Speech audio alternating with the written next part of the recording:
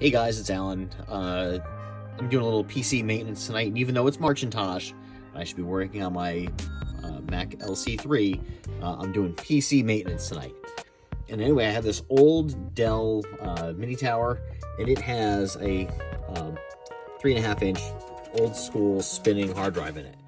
It's got these rapid release chassis on them, right? So just slide the drive out, and I want to get rid of this. So this bracket here makes it kind of weird, right? So you can't just kind of screw in an adapter for a regular, 2.5-inch SSD. So I went ahead and bought a 2.5-inch Samsung 870 EVO. It's a 2.5-inch SSD, 1 gig.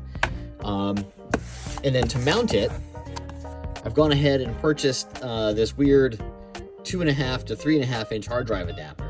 And I know there's probably plenty of other hard drive adapters out there that you can use for this, but the reason why I like that adapter is because it looks like this in one of those mounting brackets. So it's got the spacer, and you just slide your 2.5-inch SSD into this 3.5-inch caddy, if you will. Screw it in to the base, put the whole adapter inside your Dell rapid release, and then it just slides right in. And now this PC's ready to go with a new 1 terabyte SSD.